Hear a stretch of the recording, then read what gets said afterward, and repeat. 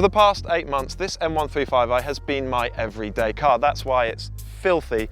But this is no normal M135i. We've been modifying it, we've been upgrading it. So I'm going to talk you through everything that we've done to this car. We've also brought along an M2, same basic platform, same basic engine, but a real M car. So how close have we got to building a real M car out of the M135i? Last summer, we bought a 30,000 mile 2012 car for £17,500. Today, prices start at around £14,000. Working with BMW specialist Birds, we've upgraded the car over a course of a few months. The first modification we made was to the suspension, binning the standard BMW equipment in favour of I-back springs and Bilstein dampers. The new suspension is built to Bird specification. It isn't just off the shelf. We also fitted 10mm spacers on the front axle. Next, we replaced the open differential with a Quaife LSD. At the same time, we also fitted a short shift kit and modified the clutch pedal. Finally, we remapped the turbocharged straight-six engine. The car is now in Bird's B1 specification. The whole package of upgrades cost £6,643. Those are the upgrades that we've made, those are the modifications. How do they actually make the car feel? Right, let's start with the engine. Standard, it's about 320 horsepower, and now following the remap, it's 390 horsepower with about 420 pound-foot of torque. So it's a good uplift in power, a massive uplift in torque, and you really feel it. One of the things that I really love about the remap is that it hasn't fundamentally changed the character of the engine, so it's still got good throttle response, it's still got good linearity. The turbo starts boosting nice and low in the rev range, and then it's got good energy at the top end, just like the standard car. You just have more of it. So if you put your foot down in 5th or 6th gear from 3000 RPM, you feel that muscular torque just really pull the car much harder than the standard map does. And then right at the top end, get down to 2nd gear, right at the top end, there's a ferociousness to the power delivery. So the car feels much faster, but there's also more character, just because there's more power, more torque. We've also made a couple of minor modifications to the gear shift. It's got a short shift kit on it now, so it's a much more direct, much tighter gear change. The standard car can be quite wallowy, quite vague. This is lovely and tight. This car's also got a clutch pedal modification, which makes the pedal itself heavier. That's really lovely on a quick drive like this one, but when you're in traffic, driving through town, it just feels a bit heavy, a bit unnecessarily heavy. And the differential, so it's a Quaife limited slip differential, it makes a huge difference. It's a massive improvement over the standard car. So the standard car, as it comes from the factory, didn't have an LSD, it just had an open diff.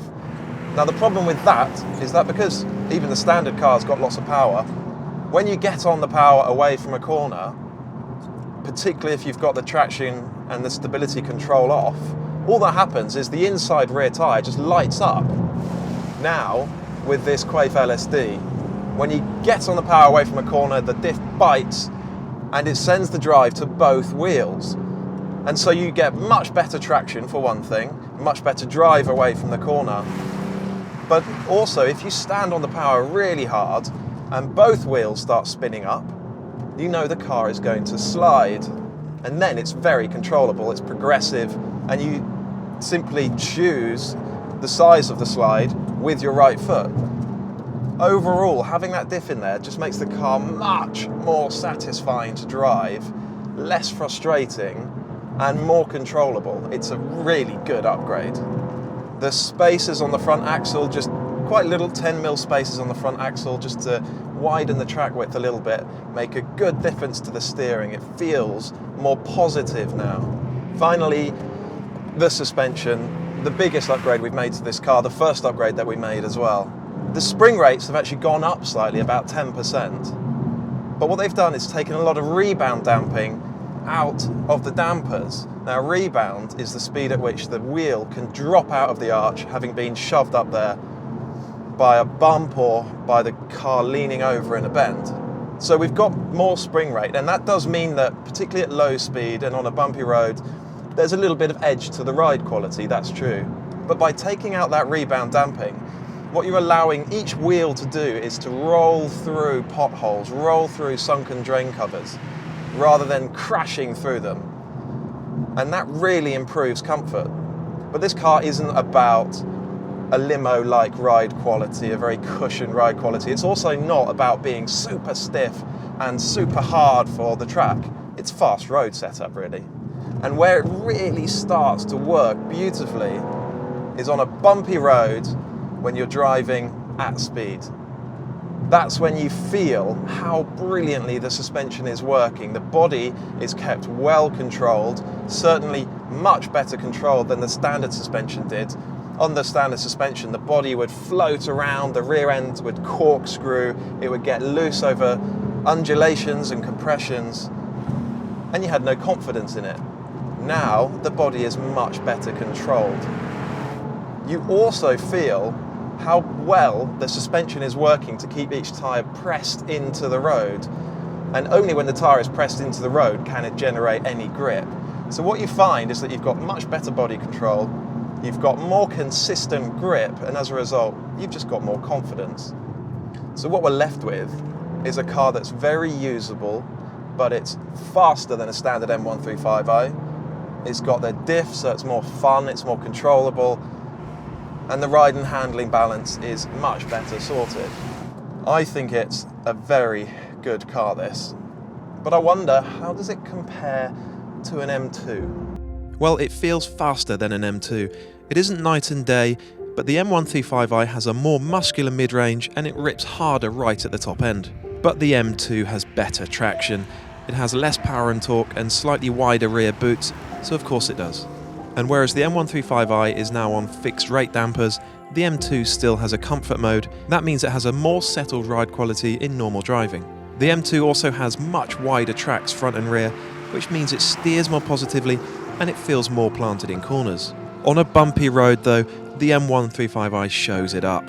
Whereas the M2 skips along a little, the M135i breathes with the road surface. The suspension is beautifully damped. So there we go, it's faster than an M2, and in some ways it's better to drive as well. But you know what, I think the M2 is a great car, particularly this facelifted version, which is much better controlled over a bumpy road than the previous one. So overall, yes, you probably do still want the M2. It's the proper M car, isn't it? It's got those wide arches, it looks fantastic, it's got a better cabin. But you know what? You can build one of these M135i's to full B1 specification, and it's a faster car for half the price of the M2. That's almost all you need to know, isn't it, really? It's half the price of the M2. If you can afford the M2, then it's a great car, it really is. But if you can't, like me, for half the price you can have a very, very good approximation of it.